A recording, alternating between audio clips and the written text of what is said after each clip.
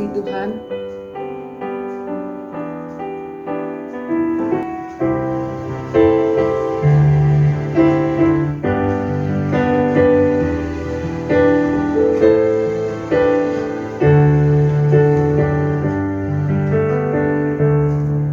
Terima kasih Tuhan untuk kasih setiamu yang ku alami dalam hidupku. Terima kasih Tuhan untuk kebaikan-Mu sepanjang hidupku. Kita ulang dari awal ya. Terima kasih Tuhan untuk kasih setiamu yang ku alami dalam hidupku. Terima kasih Tuhan untuk kebaikan-Mu sepanjang hidupku. Terima kasih Yesusku buat anugerah yang Kau beri selama ini. Tuhan adakan syukur bagimu. Kita berdoa bersama-sama untuk pagi hari ini. Tuhan, kami mengucap syukur untuk pagi hari ini, di mana kami berkumpul bersama-sama ikut doa pada pagi hari ini lewat ibadah persekutuan doa online. Tuhan, Kau berkati setiap kami Tuhan, sehingga pada pagi hari ini Tuhan, kami boleh mengucap syukur untuk atas pemeliharaan Tuhan di dalam kehidupan kami. Biarlah Tuhan, kami mengucap syukur sekali lagi. Biarlah Tuhan dipimpin akan ibadah persekutuan doa pada pagi hari ini dengan pertolongan dari Tuhan Yesus Kristus. Dalam nama Tuhan Yesus kami sudah berdoa dan mengucap syukur. Amin. Ya saudara, sebelum kita masuk dalam doa syafaat, kita akan menyanyikan satu pujian lagi, El Shaddai.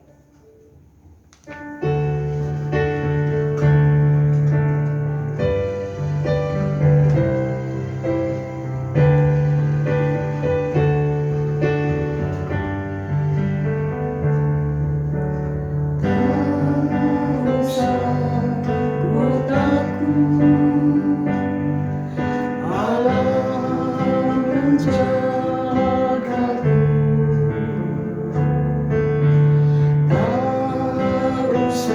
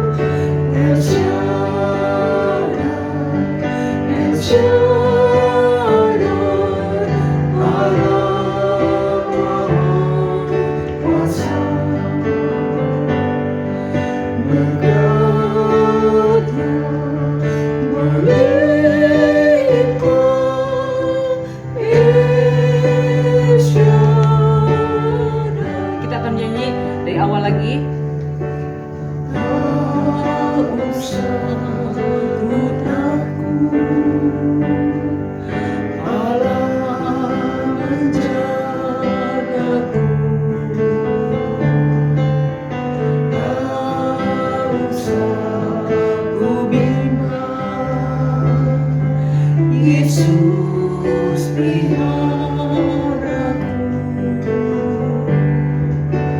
Tak usah ku susah, Roh Kudus hiburku. Tak usah ku cemas, Dia memberkatiku. El Shaddai, El Shaddai, Allah Maha Kuasa. Dia besar, Dia besar, El Shaddai mulia, El Shaddai, El Shaddai, Allah Maha Kuasa. Berkatnya melimpah, El Shaddai.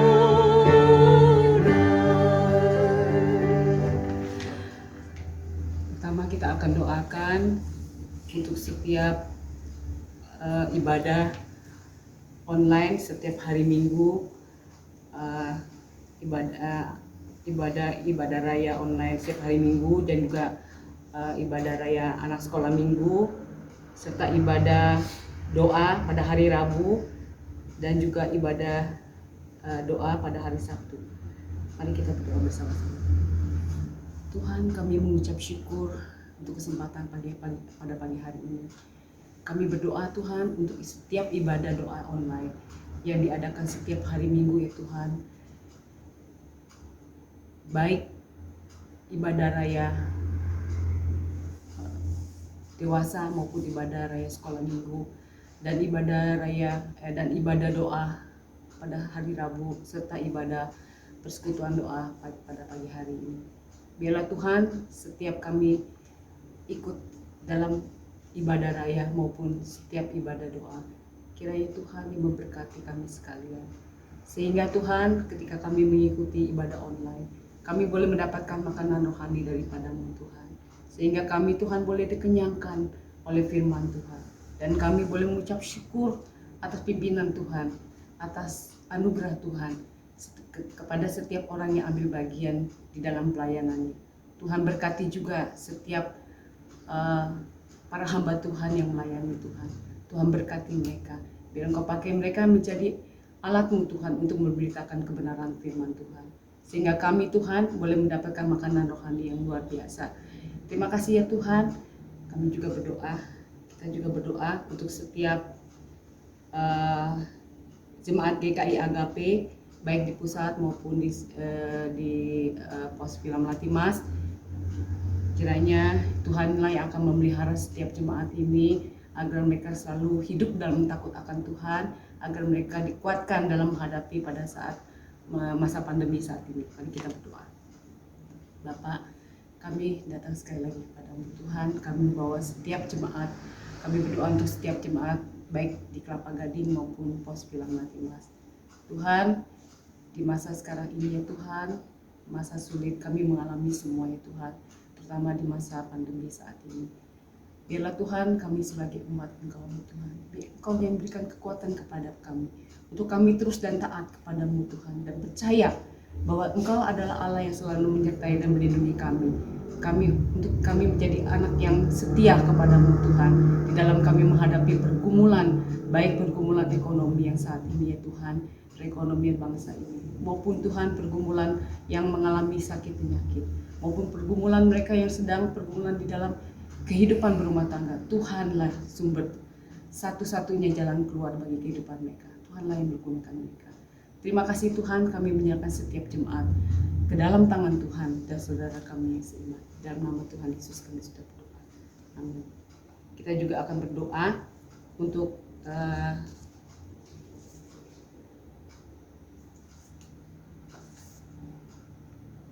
kita akan berdoa juga untuk keadaan sekarang, bencana-bencana yang terjadi baik di Kalimantan Selatan, baik di Manado, Sulawesi Utara, di Sulawesi Barat terjadi gempa.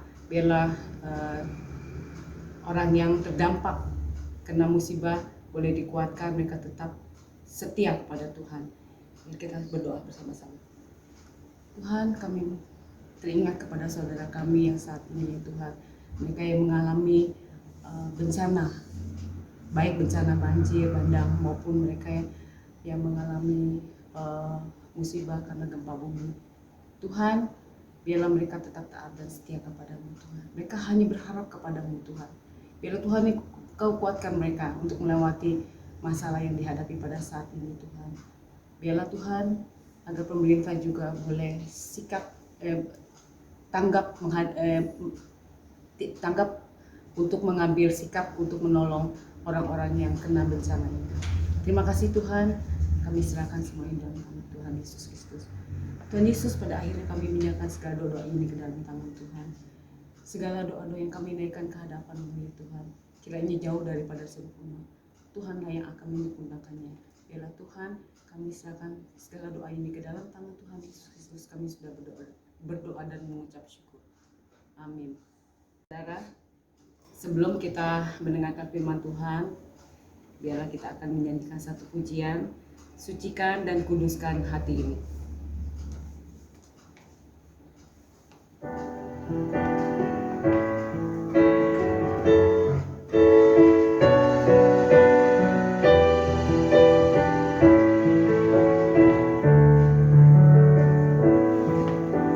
Sucikan dan kuduskan hati ini untuk layak menghadap hadirat-Mu.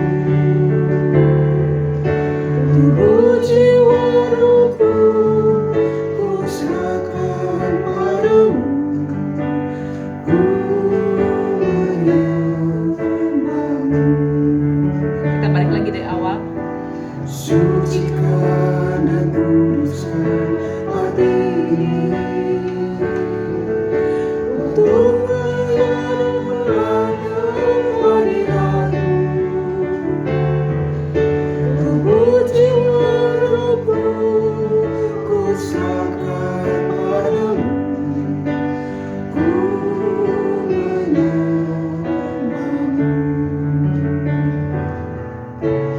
Tinggikan nama-Mu, ya Tuhan. Muliakan nama-Mu, ya Tuhan. Tiada lain seperti Engkau, ya Allahku, besar kuasa-Mu. Tiada lain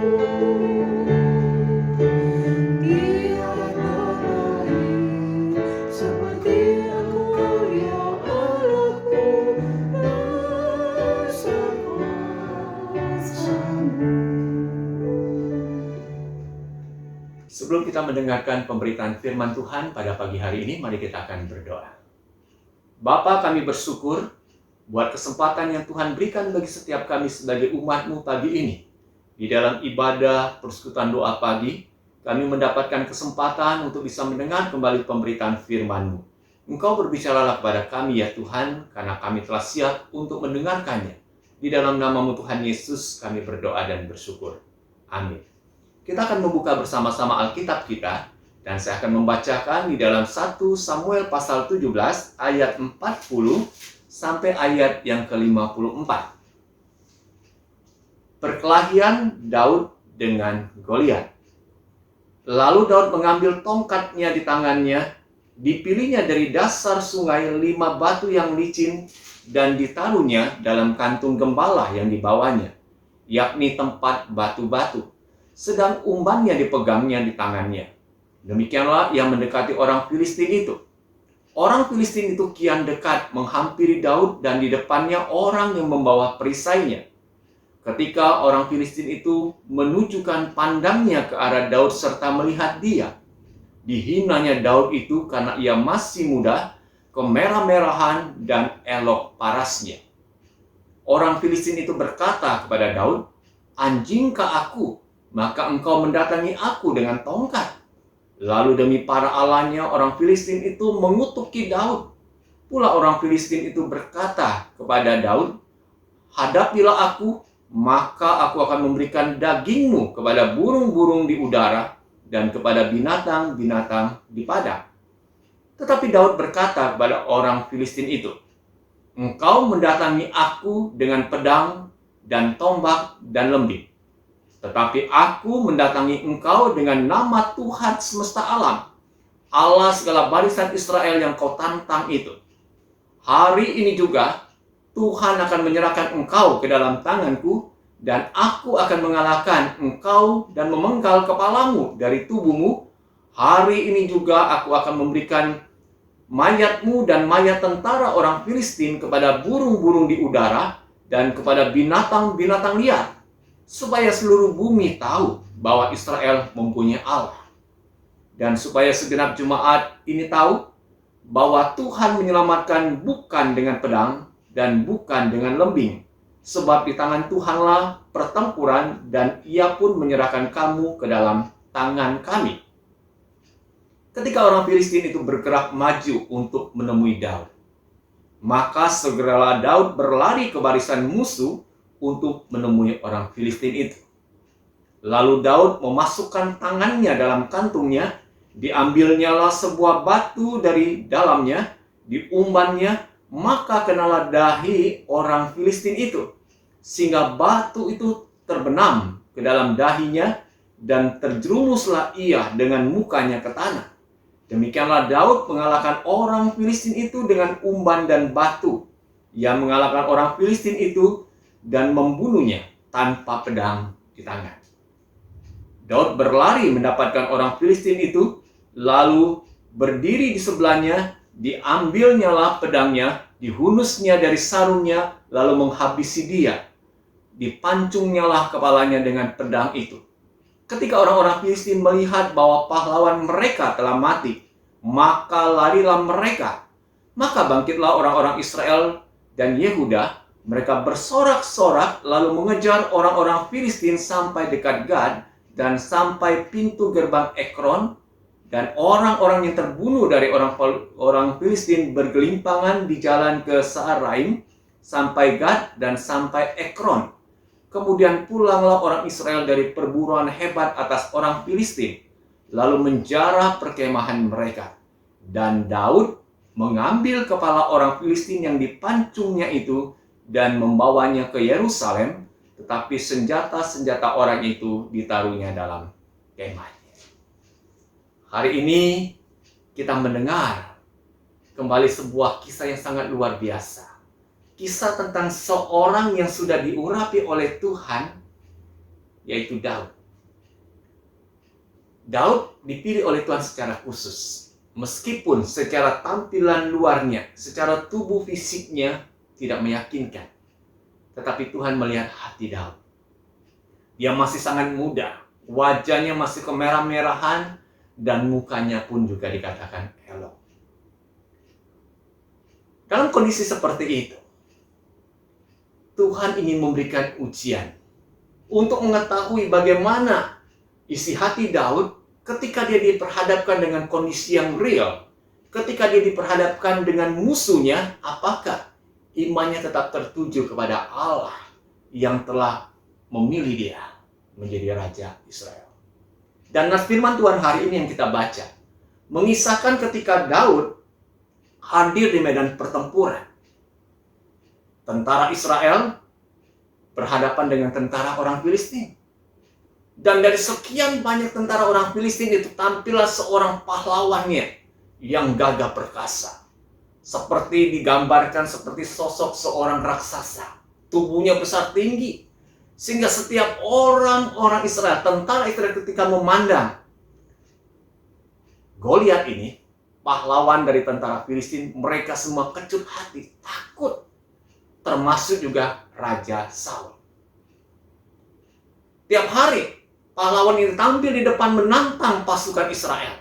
tentara-tentara Israel nggak ada seorang pun yang berani untuk menghadapi. Lalu dikatakan suatu kali, ketika Daud hadir, mendengar apa yang diucapkan oleh Goliat ini, hatinya panas. Lalu dia menyampaikan perkataan bahwa kalau tidak ada seorang pun yang berani untuk melawan Goliat itu, aku yang menghadapi. Dan perkataan Daud ini disampaikan kepada Raja Saul. Dan Daud dipanggil untuk menghadap Saul. Lalu Saul menanyakan apakah betul bahwa Daud itu mampu untuk menghadapi Goliat. Udah katakan, aku akan menghadapi dia. Tapi timbul keraguan dalam diri Saul. Engkau masih sangat muda. Usiamu juga masih sangat muda. Engkau belum banyak pengalaman di dalam ketentaraan. Sedangkan pahlawan Filistin itu, orang Goliat itu, dia sudah terlatih dari sejak mudanya menjadi seorang pahlawan. Jadi percuma kalau engkau menghadap dia, pasti engkau kalah. Tapi dia menceritakan bagaimana dia bisa mengalahkan singa, mengalahkan beruang yang mencoba untuk mencuri, untuk mengambil domba, kambing domba gembalaannya.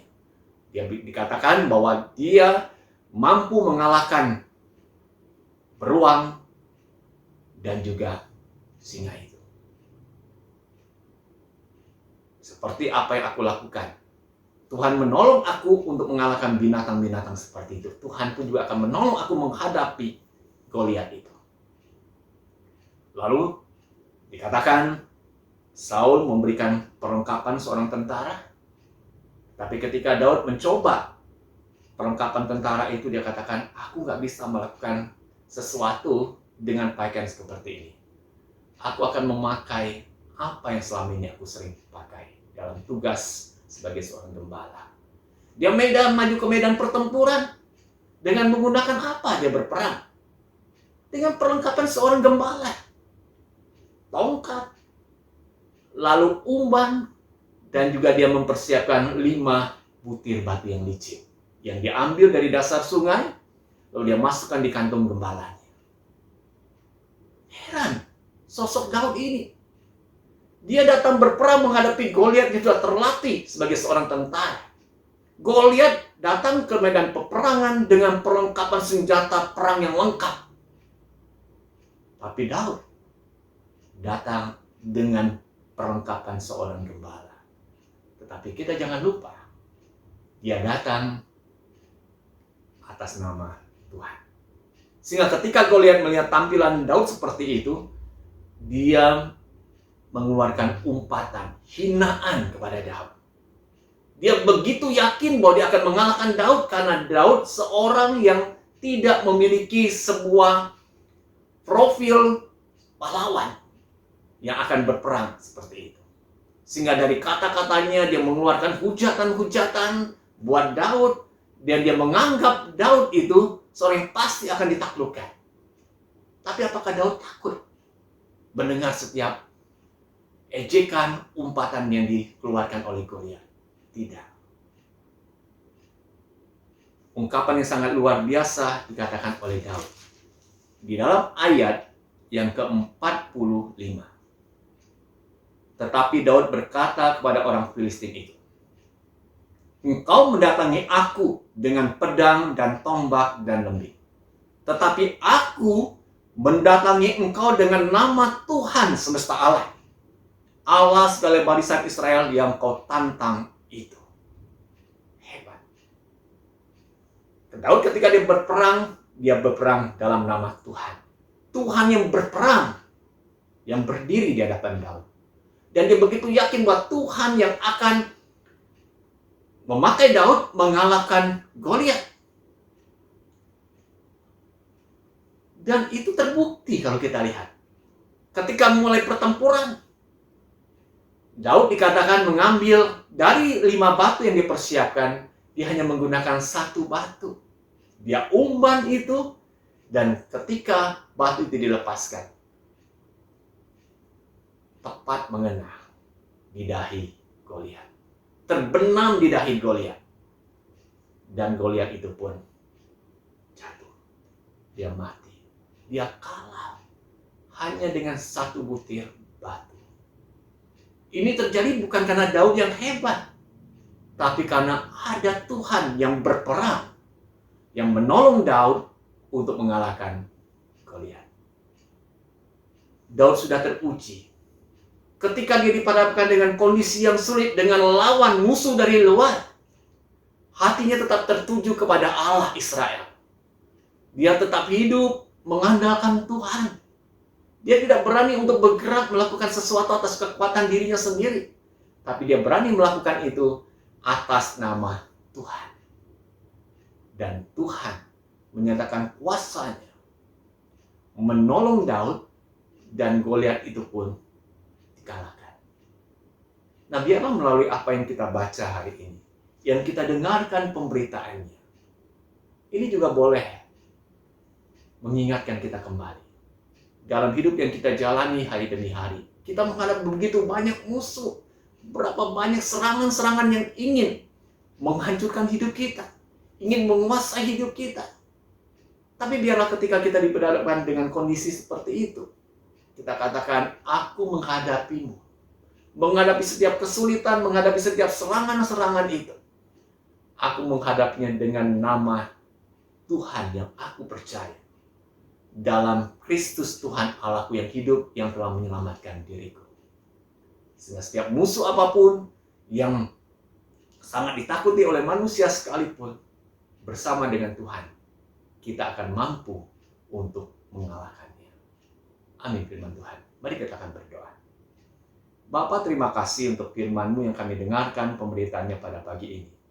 Biarlah apa yang kami dengar melalui kisah pertempuran Daud melawan Goliat, ini juga boleh menjadi sebuah keteladanan di dalam kami menghadapi berbagai macam serangan musuh yang ada di sekitar kami. Banyak tantangan, banyak hal-hal yang menakutkan bagi kami, dan Tuhan izinkan itu terjadi dalam hidup kami. Tetapi kami mau menghadapinya dalam nama Tuhan. Kami mau menghadapinya dengan mengandalkan kuasa Tuhan. Karena kami yakin Allah yang kami percaya dalam nama Tuhan Yesus yang telah menyelamatkan kami, Allah yang hidup, yang akan menolong kami, menjaga kami, untuk kami bisa menghadapi serangan musuh itu. Terima kasih Bapa untuk firman-Mu hari ini, dan terima kasih juga untuk penyertaan-Mu dalam ibadah doa pagi kami ini. Sesaat lagi kami akan mengakhiri, dan kami akan melakukan aktivitas kami sepanjang hari ini. Pimpinlah langkah kami, sertailah dan jagalah kami. Di dalam nama-Mu Tuhan Yesus kami berdoa. Amin. Saudara sekalian, kita akan menutup persekutuan doa pagi kita. Kita akan menyanyikan terima kasih Yesusku, terima kasih.